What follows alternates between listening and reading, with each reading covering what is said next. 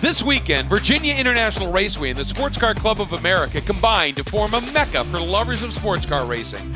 Almost 500 drivers in over 20 classes will do battle in a race for the gold. Since 1964, SCCA has been crowning national champions at its annual runoffs, the peak of the Summit Racing Equipment SCCA road racing program.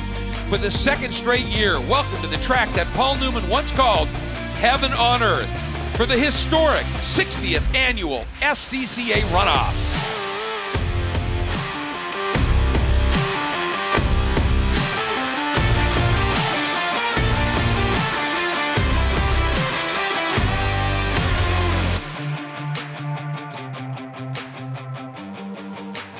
Hello everybody, Virginia International Raceway is our home for this weekend of SCCA National Championship Racing.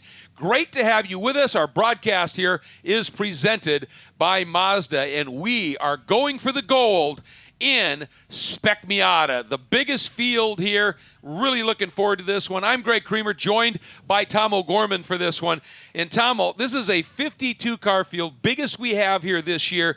And one of the reasons we love Spec Miata, just doing a quick look at the grid, top 14 covered by a second, top 26 by 2 seconds, top 37 by 3 seconds. This class is mega. It's always stacked. It's one of those that we can't really even speculate because you never know what's going to happen. But what we do know is there's a lot of drivers looking for redemption after last year's wet, changing condition, tricky race. They want a dry, fair, heads-up battle this year. And they deserve it after what everybody endured last year for sure. Third member of our team, Hayward Wagner, is standing by down on the grid. Guys, Miata is always the answer, and we got about 50 of them here on the grid. Sitting on the front row is Danny Stain. If you've been tuned into the runoffs, you know Danny's story. This is his 500th race. If he wins it, it will be his 200th win. And just let that sink in for a minute. I think that's like a significant percentage. I don't know. I don't do math. But the 3-minute board is up here. All eyes at the start are going to be on Danny. Right beside him, Preston Pardus. Preston is a guy who can find speed on any part of the course, anytime. Those two guys are going to want to try to break away and set a gap if they possibly can. But I think the most interesting cars to watch are going to be the two Krug Speed cars here back on the 4th row. This is the Gouliards, Elevon and his son Ethan. Elevon has won this. He knows what it takes, and is sitting beside him his 14-year-old kid. Now, Greg, let me ask you this. Coming out of Oak Tree, sitting on the back bumper of your 14-year-old son on the last lap, what are you going to do? Well, that's a great question, and you know what? Under normal circumstances, I'd say be careful. But Elevon wants a 5th gold. I think he chrome horns him right out of the way if he has to. That's how. And that, you know what they call that, Tomo? Training. I was going to say tough love. Yeah. That's a lesson. But it's great. And it's such a cool story. And all Elevon, or an all Goulart row. And Ethan at 14 showing some pretty serious speed. Yeah, he worked with his dad, but to be within a 10th? That's pretty remarkable stuff. Let's take a look at our Mazda track map. And this is a really special place, about 3¼ miles in length. And it's almost like 3 different tracks, Tom. Yeah, it gives you a really interesting first sector, all about handling. Deep on the brakes, great passing opportunity in Spec Miata, both inside and outside through turn 1. Then the sweep through NASCAR turn 3 into the lower S's at 4, 5, and 6. Then the uphill S's. Major drafting opportunity in Spec Miata. We'll get to that. But up through those flat-out S's in these cars, barely a brake check at turn 10 for South Bend before the critical exit at turn 12. Another massive drafting opportunity through the entire back straight into roller coaster. These guys will probably just be bump drafting even down through 15, 16, and into hog pen at turns 16B and 17. It's always a ton of fun to watch, but we got to it finally. The drafting is really what matters here in Spec Miata. Yeah, I mean, it's such a long track. And, you know, that front straight, although it bends a little bit, it's darn near as long as Madison Avenue, as they call the back straight. So draft there is huge as well. And in these cars, I would expect you could probably even pick up a draft through the climbing S's, because that's a long flat-out run. Absolutely. This track in these style cars at this pace, are really just kind of 3 long straightaways with 3 critical corners at the beginning of each one almost. But Spec Miata, we talk about the bump drafting and the drafting. It's kind of leveled up past that. They're actually at the point where they're pushing each other through corners to work together. So they're not even relying on the aerodynamic drafting. They're also relying on pushing each other through apex of corners. That's a level of trust that the teammates would have with with each other. But if you go down the grid, the teammates aren't all specifically next to each other, right? They're going to have to either find each other or trust a stranger. Trust a stranger, and that's never easy to do in this sport. Just had a great shot there of our pole sitter, and that means he's our tire rack pole award winner for the second straight year, the 39 of Danny Stain in the OPM Rossini G-Lock Planet Miata, and also his 7th career pole at the Runoffs.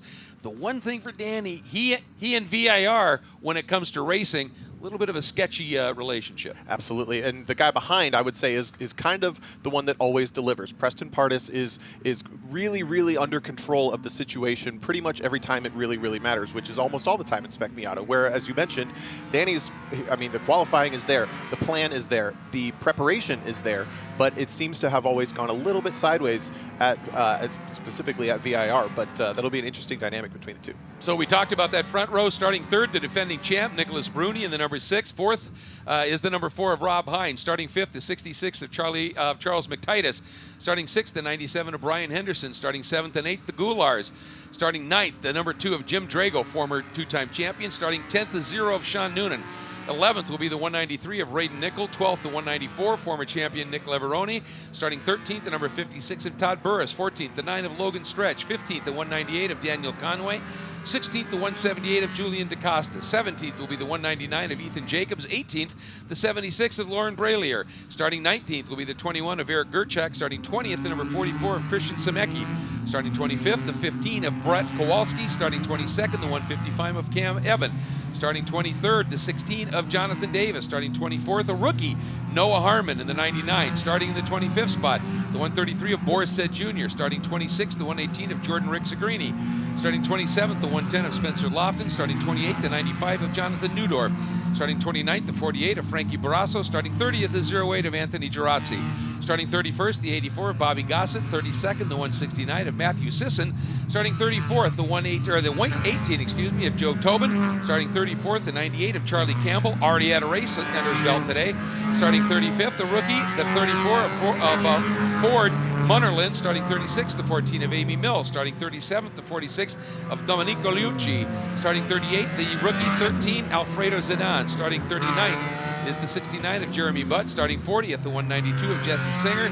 Starting 41st, a rookie, the 109 of Chris Clark. Starting 42nd, the 28 of David Henderson. Starting 43rd, a rookie, the 100 of Douglas Ahn. Starting 44th, the 195 of John Jenkins. Starting 45th, the number 8 of Patrick McGovern.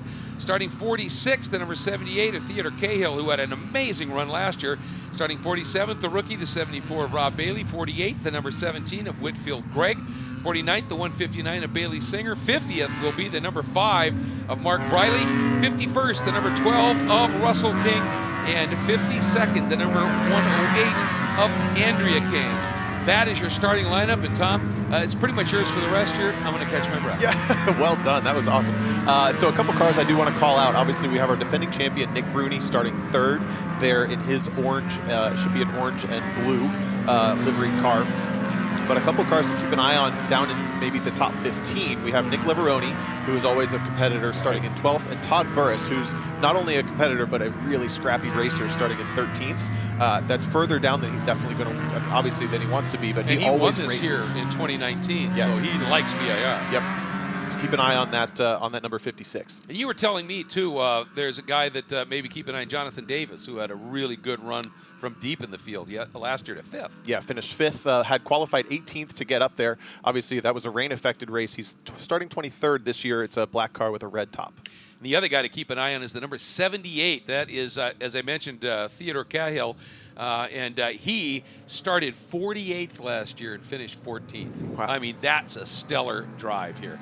All right, the field under the control of Danny Stain and Preston Pardus on that front row, down through the roller coaster and down into these final 2 corners. Remember, in SCCA championship and club racing, when the green flag comes out, the track is green. You can go anytime once that green comes out.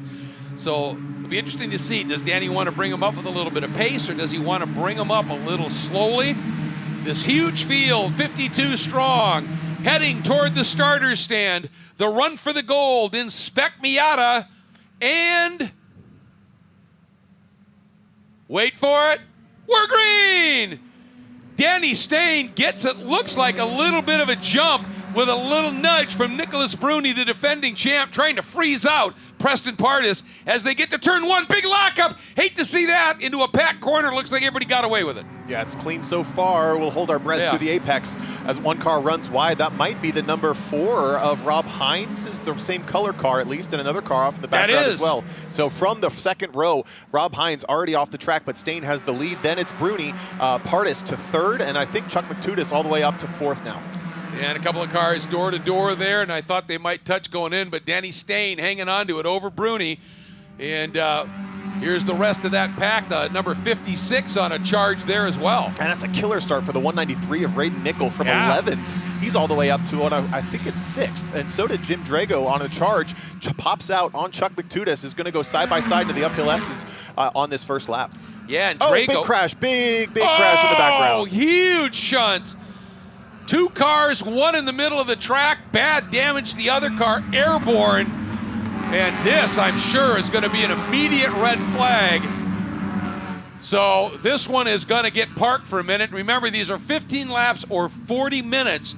And because we're on somewhat of a time-certain schedule here, folks, when the red flag comes out, which it surely will, the double yellows are out already, clock continues to tick no matter what happens here. So immediately the double yellows, and I've got to think they're probably going to have to red flag this.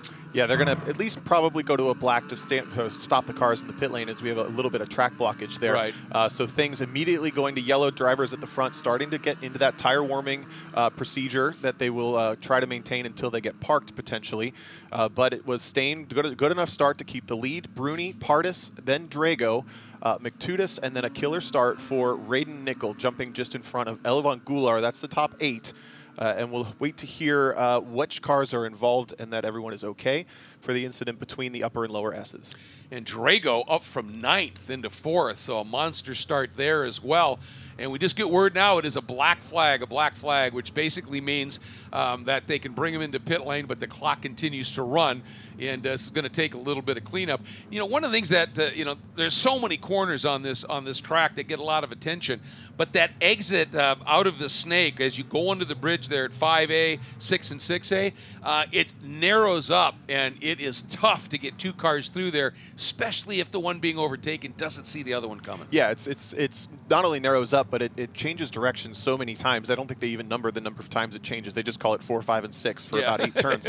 But it makes it so that when you're still side by side, which you inevitably will be through the middle of Spec Miata fields, both drivers have to agree to change directions equally, and sometimes they don't always do so. But luckily, we do have a number of pace cars stationed around the track so that that's able to pick up the field on the back straight out of that south paddock. Yeah, and it's nice to have that many staged, and we wouldn't be able to do that without Mazda helping provide those cars, as well as Sport Durst Mazda in Durham, North Carolina, working together to provide us with a nice fleet of pace and safety vehicles. So we appreciate that very much. You hate to see them in use, but when you need them, it's great to have them. Yeah, absolutely.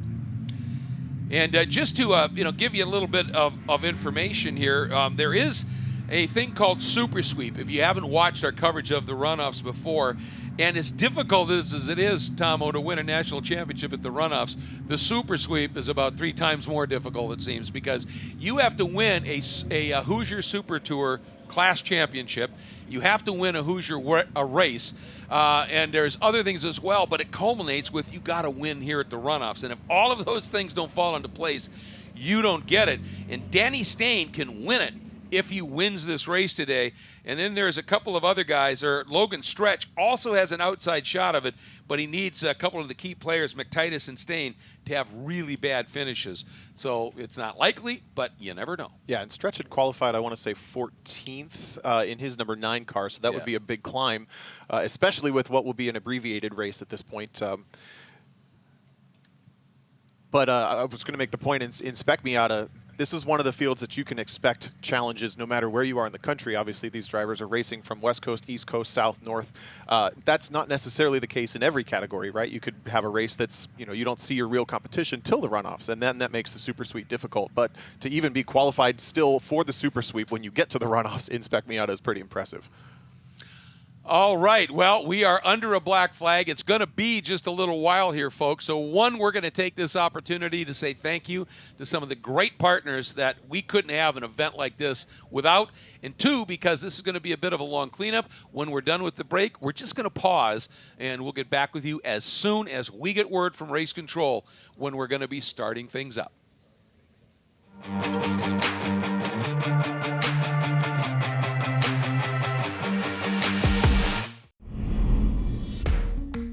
A car like this shouldn't exist. Something this big, this luxurious, shouldn't move like a Mazda. And yet, it does. Oh my God, it sounds epic as well. This car is an SUV with bragging rights. The all-new three-row Mazda CX-90. Okay, so pretend this is your race car. It's on the trailer, on the way home after a day at the track. And say you have an accident. Ouch! But at least your truck's insurance will pay for another one? Yeah, not so fast. Your standard insurance probably won't pay to replace your car. That's true whether it's in the trailer, in the paddock, in the garage, or in the repair shop. If you want to be covered for the whole value of your race car, you need guaranteed value coverage from Hagerty. We agree on an accurate value up front, and in the event of a covered total loss anywhere off the track, we pay that amount. You'll be protected in storage, in transit, in the paddock, or a repair shop against collision, fire, theft, no matter what or where you race. All for less per year than you spend on a set of racing tires. Hagerty, let's drive together. Welcome back, everybody, to Virginia International Raceway as we're continuing with the 60th running of the SCCA Runoffs. Obviously, we are in the middle of the run to the Spec Miata Championship. Well, not really the middle, the beginning, but we did have an incident. They are just now starting to get that cleanup all completed. There was a little damage to a guardrail, and they've got a workaround for that. So we expect to be able to go racing fairly soon. But for more of an update from right down in and amongst them, let's check in with Hayward Wagner. Hey guys, if you've never been to the runoff, Spec Miata is just different. It's special. Everybody's on the fence watching. There were probably 20, 25 people in the start stand area to watch the roll-off and the start and all of that. And all of that just came to a screeching halt. Everyone came to pit lane, and you can just kind of feel the tension, the anxiety in the air as we're waiting. Drivers were waiting to find out, are we going to restart? How much time are we going to have? Is it going to be laps? All of those things. At one point, Deanna Flanagan, director of road racing, came down with a whiteboard and a marker and handed it to the grid workers and said, you're going to need this. And they said, great, what do we write on it? And we don't know. And so there was this wait with the whiteboard to see what race control would say. But these are the words that eventually went on the whiteboard and were walked up and down the grid to make sure every driver could see exactly what we're dealing with. We're going to have a 213 checkered flag regardless of what else happens in this event. A single file start, one out lap. We're about under a 5. Different strategies, different methods for these drivers. Some guys immediately got out of the car, were frustrated, wanted to know if they're going to regrid or not. Others got out eventually. The top 3, Danny, I guess it's Danny and Bruni and Preston, all 3 stayed in the car, helmet on, focused, ready to go. So we're going to see, we're rolling them off right now, and we'll keep an eye and see where we land.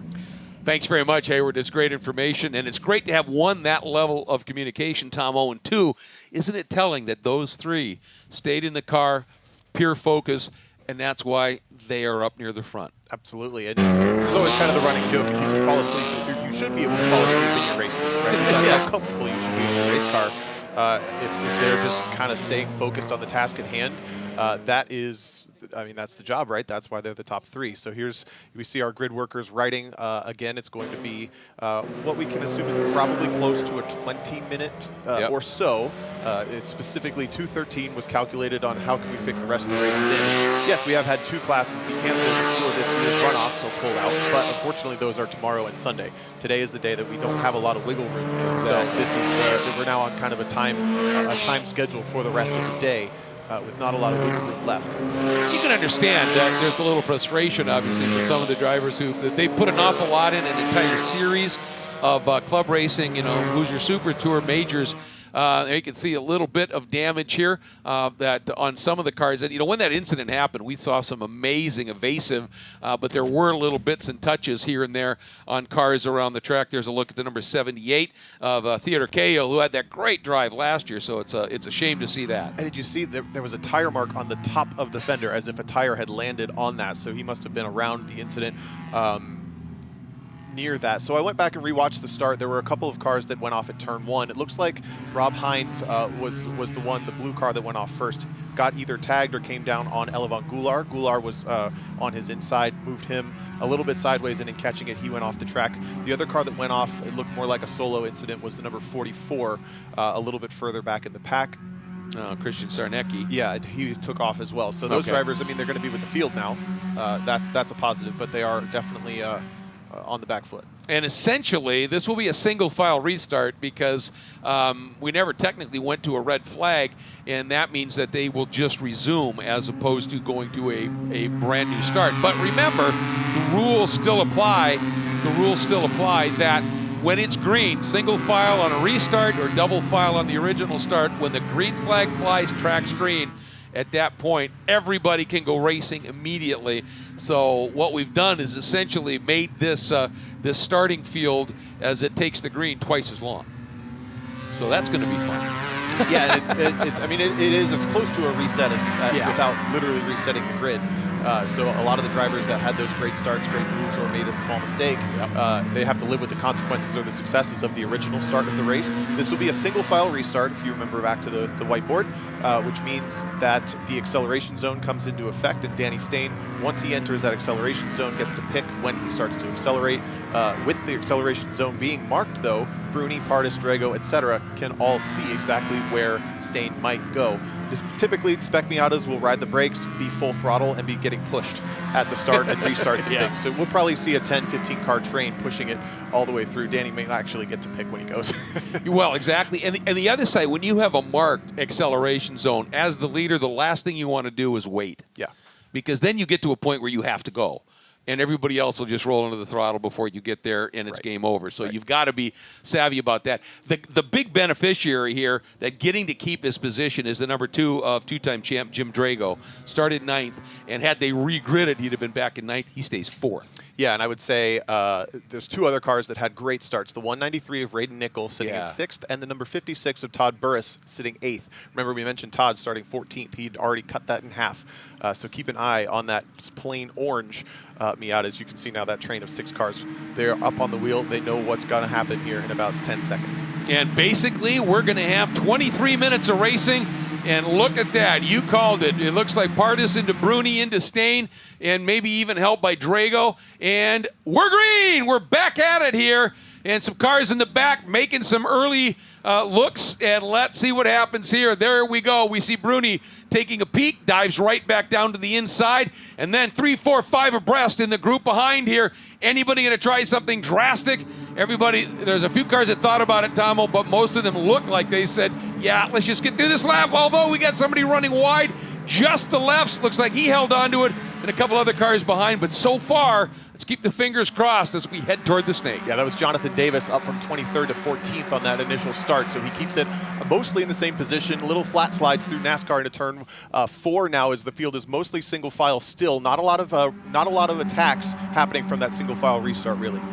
Look at this, good respect here, even though there is, one of the cars, you hate to see that. You got 2 cars side by side and somebody clobbers a curb and it launches it, but everybody dealt with it beautifully. We've got a break already. Stain, Bruni, and Pardus opening up the slightest of margins back to the white and green 2 of Jim Drago.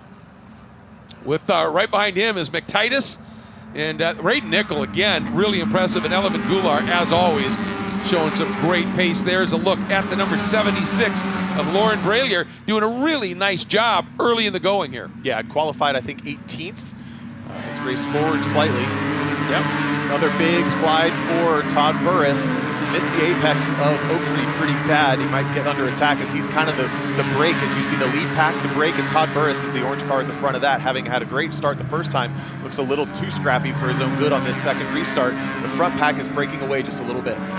Yeah, that looks 6 cars strong, and there you go. Stain. Bruni went, and Pardus popped as well, and now they are working each other over, and that might be enough to at least get Pardus up in front. And look at that, Stain just that fast. Oh, Drago gets into the back of Bruni, loosens him up, but Bruni somehow held on to it. Stain back and forth, might even end up 5th or 6th there by the time they get down to the bottom of the roller coaster. Here we go into Hogpen, and Drago there in that 3rd spot, the 66 of McTitus.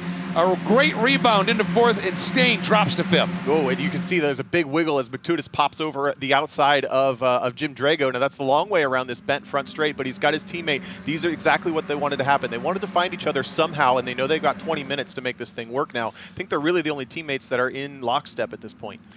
And that can have huge dividends, of course. And so Preston Pardus to the lead, Bruni into 2nd, McTitus into that 3rd spot. And then Drago still hanging on in 4th, and Stain side by side with a rapidly starting Raiden Nickel. What a start he's having. But here comes Elvin Goulart down to the inside as they head now into this really tricky turn 4, left hook they call it. And looks like, well, they're still side by side, so close. And Elvin Goulart, that was experience showing, Tomo, as he went not the place to battle, just tucked back in. Yeah, exactly. He must have lifted just enough to get back in behind. He knew that they were going to cause a big break between the 2 packs if he stayed there. So we have 1 car off pace. That is Lauren Grelier off pace a little bit in the 76. It's like she just got maybe squeezed wide, and you get offline, you get into the slippery stuff a little bit. You got to just get out of it a bit. But this field continuing at serious pace here, and up front it's Pardus, Bruni, McTitus, Drago, and Denny Stain right there. But boy, look at Raiden Nickel, Elvin Goulart right there as well. And there you talked about him, Todd Burris. Even with that little problem coming out of Oak Tree last lap, he's still right there in 8th.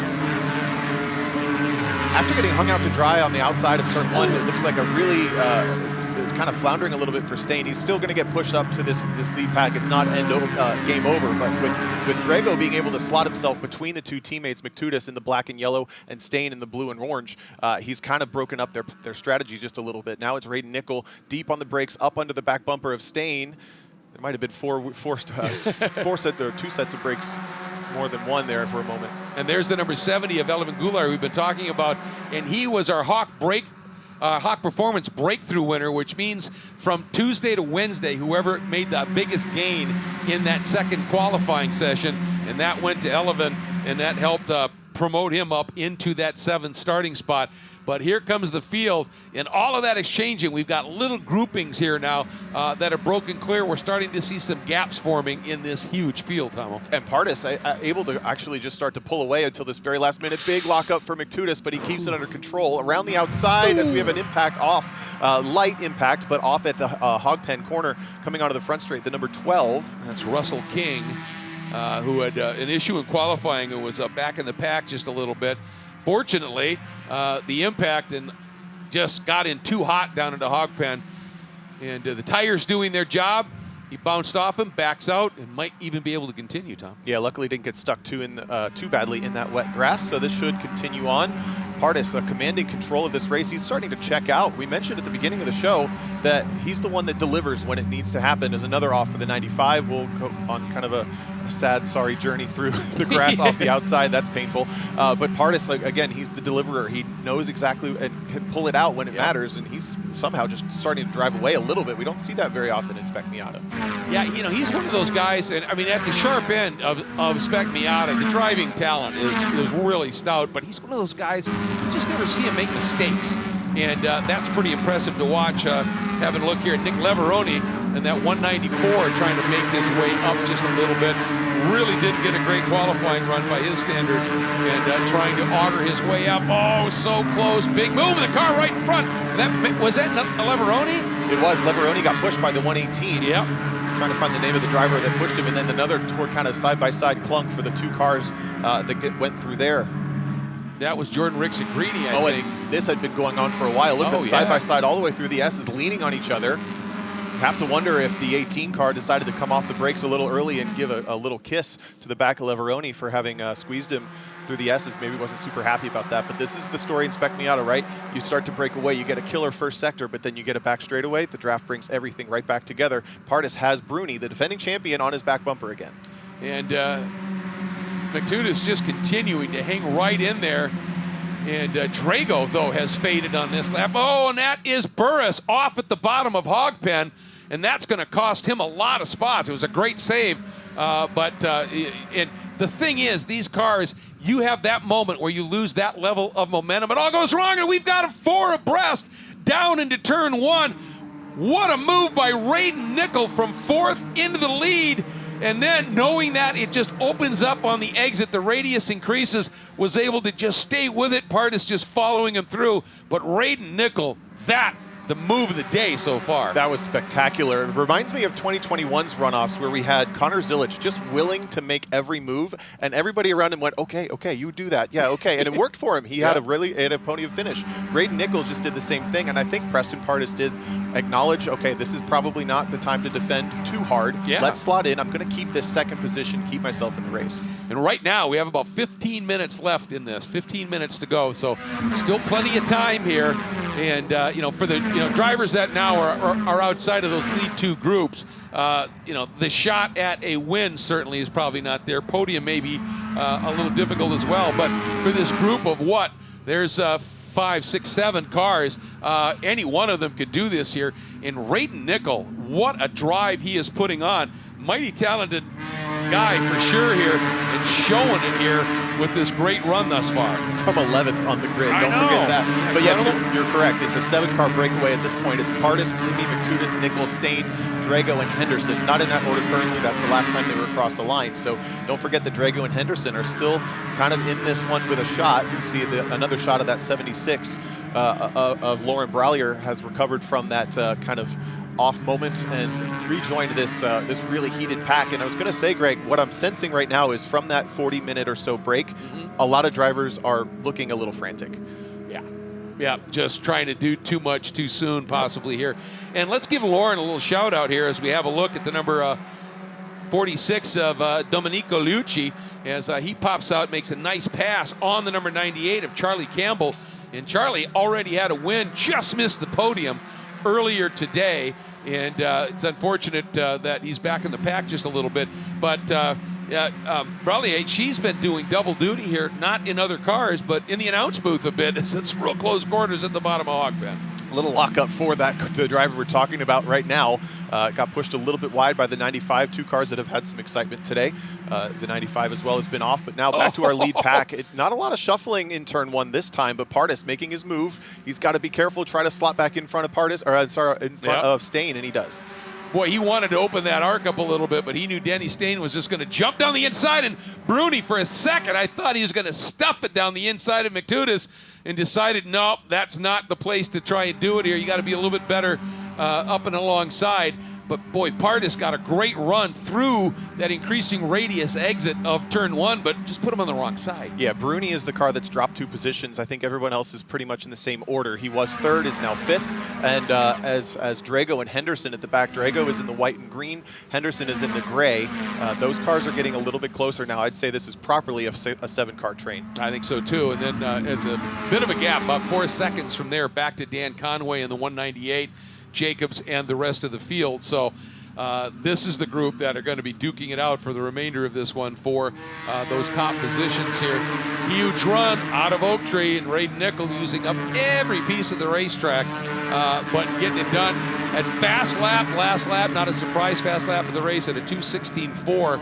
And even so, his margin at the line, 86 1/1000ths of a second. Welcome to Spec Miata. Yeah, it is a little impressive, a little surprising, I should say, to see the lead car in the train be the fastest.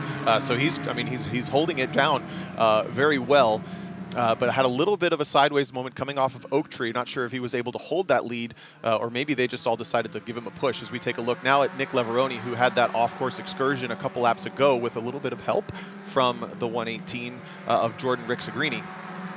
Leveroni just trying to rebound here and fight his way and get back into the group. He clearly wants to, be up there and be able to at least do whatever he can in terms of some sort of position here.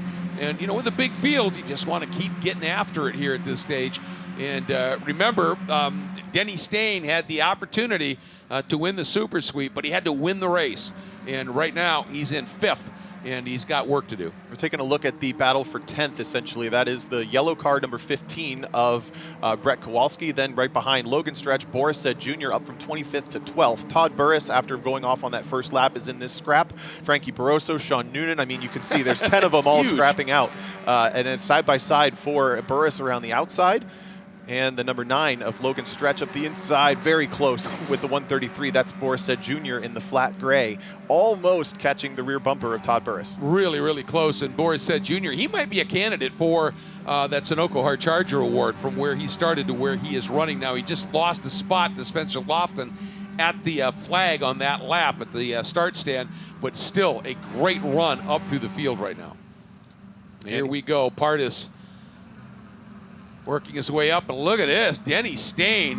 What a lap he's driven here. Look at this move. Denny Stain, he started this lap in third spot, folks. 3 abreast up into Oak Tree. Is this even possible? And Nicholas Bruni says this is golden opportunity, and Bruni comes from 5th. Oh, off goes Raiden Nickel and Denny Stain, and Bruni goes from 5th to 2nd. Man, that was so intense, and Stain was trying to be a little more careful there. He actually broke from the middle of that pack to get back in line, and unfortunately, Nick Bruni took the perfect opportunity to put himself in prime position, and it was Raiden Nickel that gets scrapped off the back of that outside corner, when now we see Brian Henderson getting really aggressive. He was that big pop in the gray car at the back, moving up to at least 4th. Yeah, and look at this, Jim Drago, who had started that last lap in 6th, now 3rd, as we drop down through the roller coaster once again, and Nicholas Bruni doing an absolutely superb job. Remember, he's the defending champ, won it here last year, and doing a superb job. Preston Pardus right there, then Drago, and then that 97 of Brian Henderson. What a move by Brian. After he had started this lap in 7th spot, now sits not only in 4th, but there's a gap between himself and the pursuers.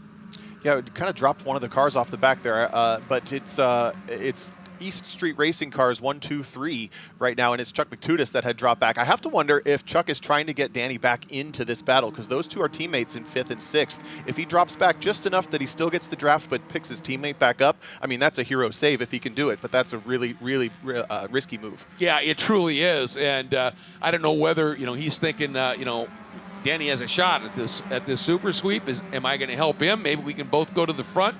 And we're going to see how that plays out right now. Meanwhile, a little bit farther back in the field here, good battle with the number 95, having a really good run. That's Jonathan Newdorf. And we'd seen him have, he was one of the guys that had that off at turn 1, had that long lurid slide, but has gathered it back up and into a pretty good scrap of his own. The other car he's battling with is Ethan Goulart, as we mentioned at the beginning of the show, had qualified with his dad in the top 10, but had something happen at some point that we might have missed, taking him further down the field. It's about 30th right now where those guys are battling for it. So, yeah, some problems, but still doing a great job as we are just under 7 minutes to go here in this run to the gold in the National Championship run. Boris Said, once again, making a big move, jumps inside of Logan Stretch, and Logan then gets sort of freight trained off the side of the track as a few more guys go through on him as well. Todd Burris has cleared those guys. I think it may have been the 178 of Julian DaCosta that also got an opportunity there. And with a field this big and cars this close, yeah, there's always great battles for the win, but there's huge battles everywhere around this track. It's one of those races you come off, you're like, where did I finish? You don't have your crew guy. I mean, you're shuffling so much. You're focused on it. But Boris Said Jr. up the inside of the 178. Julian DaCosta is going to hold the position this whole stack up. Logan Stretch was the loser this lap, but he's going to have a chance to come back at him as he's very, very tight with the 118 of Jordan Rick Segrini. And Jordan Rick Segrini, it's great to be calling him live at a race. He runs in a iRacing series that I announced and does a really good job there. And it's nice for me to be able to actually call him live here at the Runoffs, and sitting right now in the 17th spot. And not a bad show at all for Jordan at this stage. But at the line, here we go.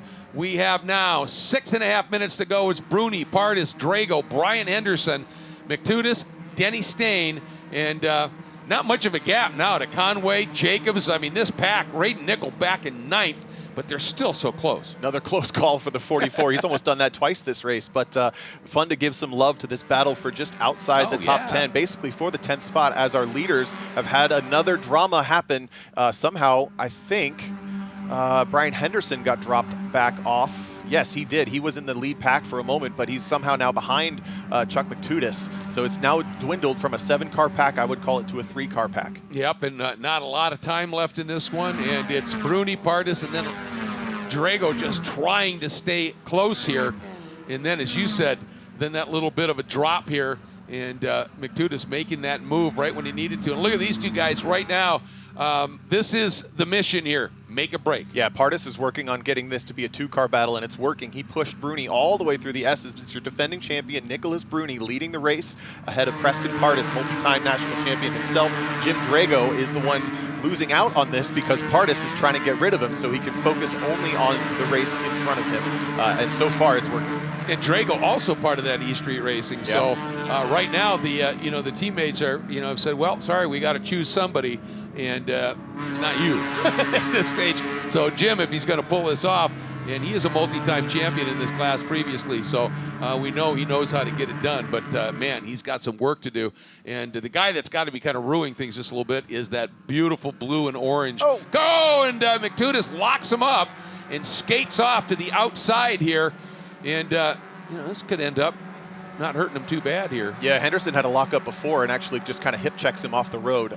I don't know if either of them would have, fully made that apex by themselves, but unfortunately Chuck was trying to hold the apex around, or try to hold the outside, and got some help pushed off.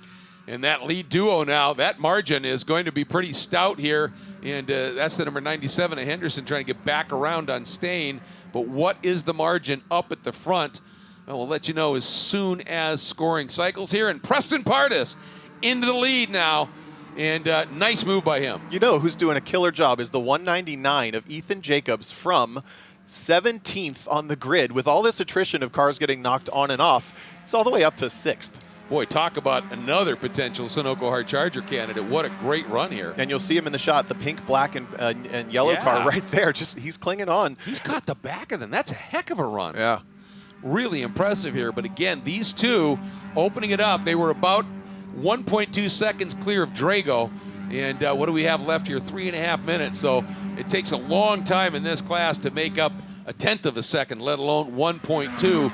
So Drago, he may soon find himself in a battle for that last podium spot because Stain getting help with Henderson, and they're trying to close it up on him in a hurry and bringing Conway and Jacobs right with them. Yeah, I thought it was Henderson, but there's another car in there. It's Daniel Conway, who started 15th. That's the car that runs 6th. So Conway and Jacobs, working together from 15th and 17th, have decided to just drive to the front, and they're successful with it. But these two have successfully made this car a two-horse two-horse race. Bruni and Pardus, with Pardus now to the point.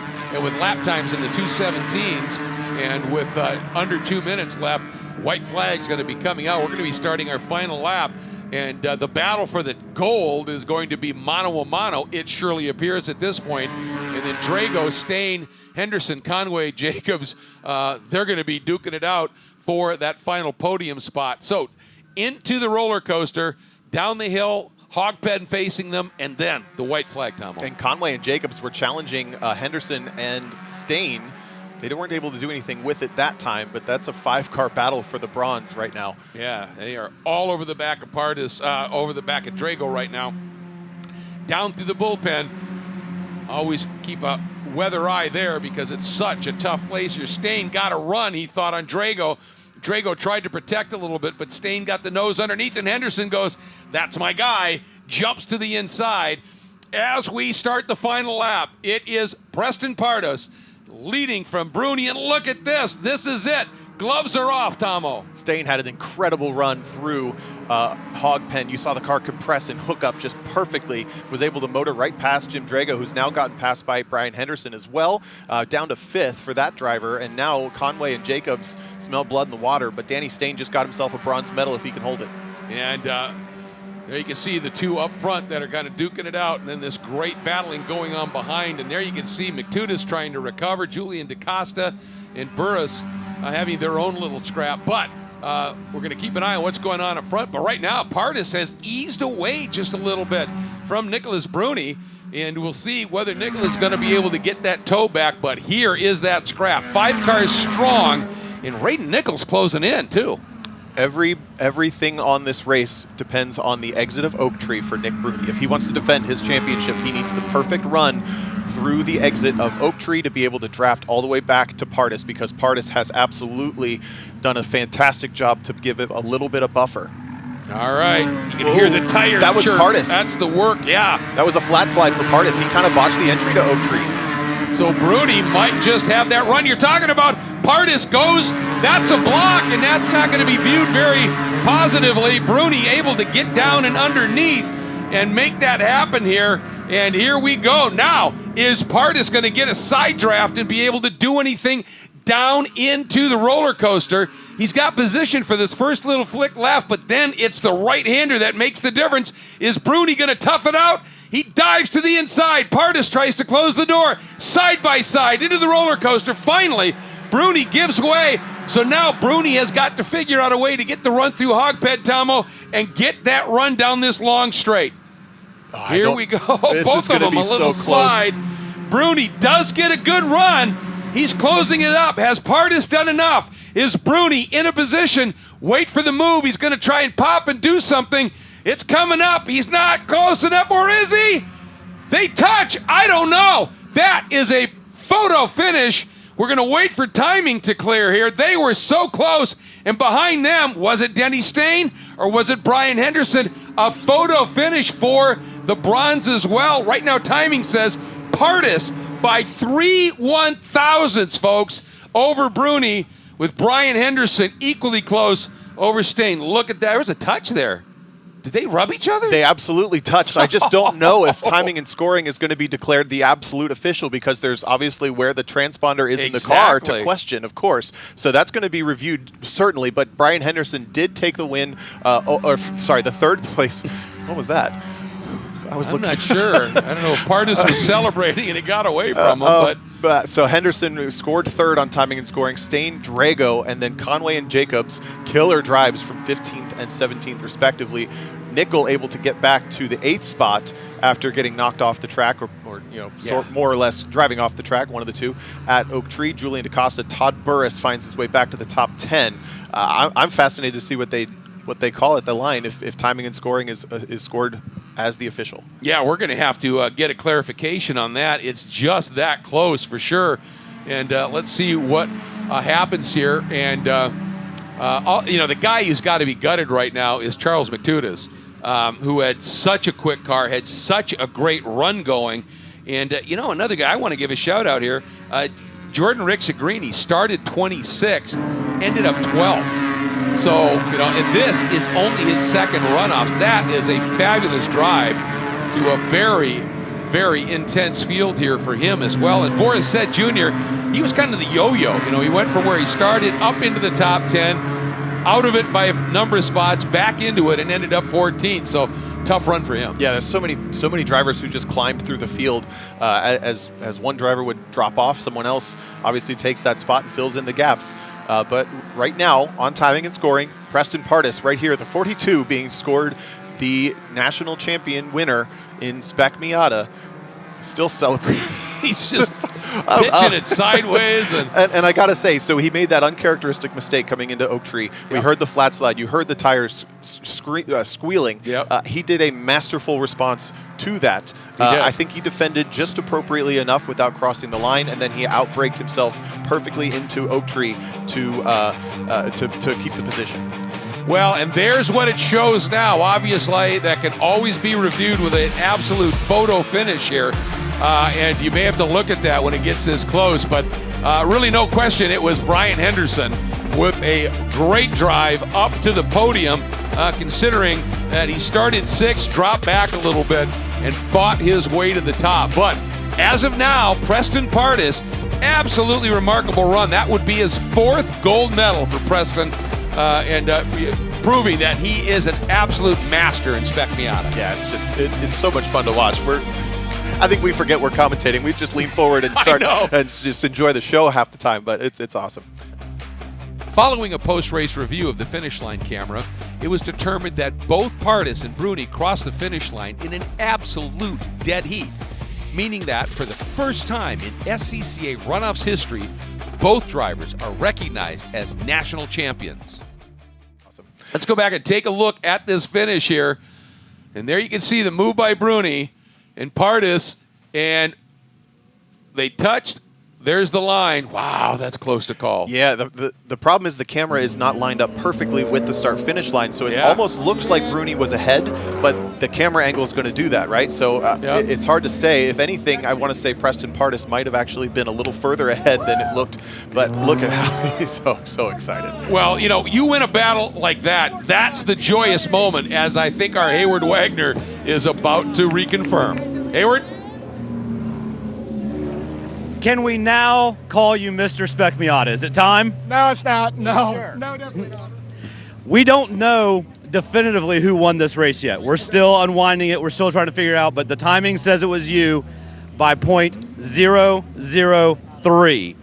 Closest margin I can remember. How does that feel? Awesome. I mean, it was a great team effort. I got East Street guys, and Nick Bruni, been a heck of a teammate, especially here in the past. Last year wasn't the result both of us wanted, but no, I can't thank the East Street guys enough. Powertrain, motors, everything ran phenomenal. I can't believe it. I didn't think I had a car to do it. About halfway through, I got a little contact, and I don't know if I dropped the wheel or what, but big vibration on the right front. I thought the car was coming apart, so I'm pumped up, man. I can't believe it. More time. Woo! Tom thought on the last lap at Oak Tree you might have come in a little late, a little sideways, scrubbed a little bit for the back straight. It looked like Nick closed up there. What happened? Ran out of talent. I did. I missed the corner. I thought I had him for sure going into Oak Tree with the gap we had, and I don't know. I had a little rookie mistake, and thankfully I didn't get too messed up by him there, but we made it happen. So even a lot of celebration, a lot of congratulations. How many people you put in the car for the victory lap? I don't know. As many of these guys that can fit in a Miata, I don't think that's too many of them, but we'll open the trunk up and do it. Congratulations. Appreciate it. Back to you guys upstairs. What a hard-fought battle for the win, and you called it, Tomo, that little tire chirp going into Oak Tree, and it put him in a defensive position and resulted in this run. He was able to hang on to it, but Bruni getting a great run down through Hog Pen. They touched as they came across the line. So close to call. We can't do it. Obviously, this is going to be reviewed for that absolute photo finish. So it's time to get back down to Hayward and check in with our current second-place finisher and third-place finisher. Hayward? So, Nick, to be clear, we don't know who won this race officially yet. We're looking at video. Timing says that it was 003 advantage for Preston at the line. So right now we think you're second. Going into that last lap, knowing that you're trying to back up a national championship from last year, are you thinking about strategy? Is it just holding on? How did this all feel? Honestly, I was thinking, like, what could be better than getting to race with my good friend Preston on the final lap there. You know, I'm looking up and I'm like, oh my God, we got this. Like, no matter what, we're coming home 1-2 right now. Let's not throw it away. And yeah, I was thinking about, like, you know, he's really good. He's the real deal. He's not an easy guy to beat. And I'm like, where am I going to get him? We both drove the worst lap of our lives, I would say, on that last lap, missing every apex. Probably because we were both just thinking about the podium already. But, you know, yeah, I was trying to get a good run on him, coming down the back straight, got up alongside him. Then I had tucked back behind him coming through Hog Pen, and he bobbled. He got loose. I held onto the brake a little too long, getting worried I was going to slide off, and you saw the results. We don't know who won, I guess. Him and I at the end there came together. I think we were both trying to side draft each other at the exact same time and unfortunately doored each other, but luckily we came across the line in one piece. It was an incredible race. We'll have officials in a moment. We'll let you know when we know. I'm going to bring Brian up next. Brian Henderson finished in third. Brian, if those guys had just vaporized, you would have had an incredible race for that win. Yeah, they were, 10 cars ahead of me battling for third and fourth. If they would have just something happened to them, would have been great. But nah, they're my teammates. It's great to see ESR 1, 2, 3, man. I was able to squeeze out Danny there at the line too. So it was just great. Man, I couldn't ask for a better week of racing, and to cap it off with this podium means a lot to me. Big thanks to my whole family, my mom and dad, my wife Allie, our daughter, her whole family for being here. Billy Ring, East Street Racing, all the guys on the crew, it's been awesome. Well, they're still trying to figure those guys out. You're definitely third. Congratulations on the podium. Glad that it's certain, and it's going to be interesting to see who takes the win. I'm rooting for both of them. Congratulations. A politician in the future when he decides to quit racing. But, I mean, what a great drive he put. And you said it. You said keep an eye on him, and he was just relentless. Yeah, they had come from, I think, 6th and 7th just to kind of start to inch forward through the field, and it pays off. and we watch Preston Pardus on the very special lap. Let's go to some highlights here. And Denny Stain led him away from the pole, and immediately Bruni jumped up and got into that second spot. And the action got to be pretty fierce in a big hurry here. Preston Pardus, Drago getting involved in it as Danny Stain got demoted. On the outside, you see the 66 of McTunis, and also Element Goulart there in the early going. Yeah, it was still there at this point, but this is that back and forth with Leveroni and Rick Sagrini, back and forth, and it ends up with Leveroni getting pushed off at Oak Tree. And how about this move of the race? We think Raiden Nickel coming from fourth to the lead, heading in to the first turn here, and then using that exit up beautifully. But it didn't take long for Pardus to get back up front, and they were still three abreast. And here, Raiden actually got forced off the outside at Oak Tree, Denny Stain going with him. And that allowed these two guys eventually, Tomo, to make a little bit of a break. Yeah, that multiple over-under that Bruni pulled off in Oak Tree that we just saw was the moment he secured a podium for himself.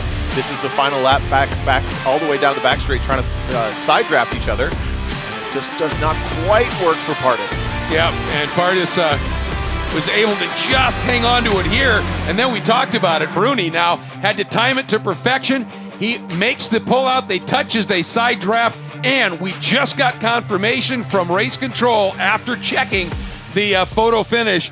Pardus is your national champion for 2023 in Spec Miata and gets his fourth gold medal in this class. He is one of the specialists in Spec Miata, to be sure. Thank you so much for joining us here for the Run to the Gold in Spec Miata at the 60th running of SCCA's National Championship Runoffs. For Tom O'Gorman and for Hayward Wagner, I'm Greg Creamer. Thanks so much for joining us. We hope you enjoyed it as much as we did.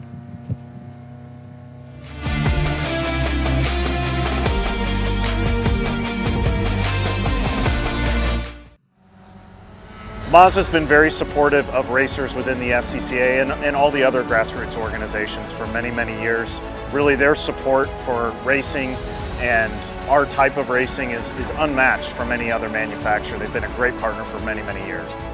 Mazda, hands down, is the best company to work with for sports car racing. Factory support is second to none. It just feels right. You feel connected.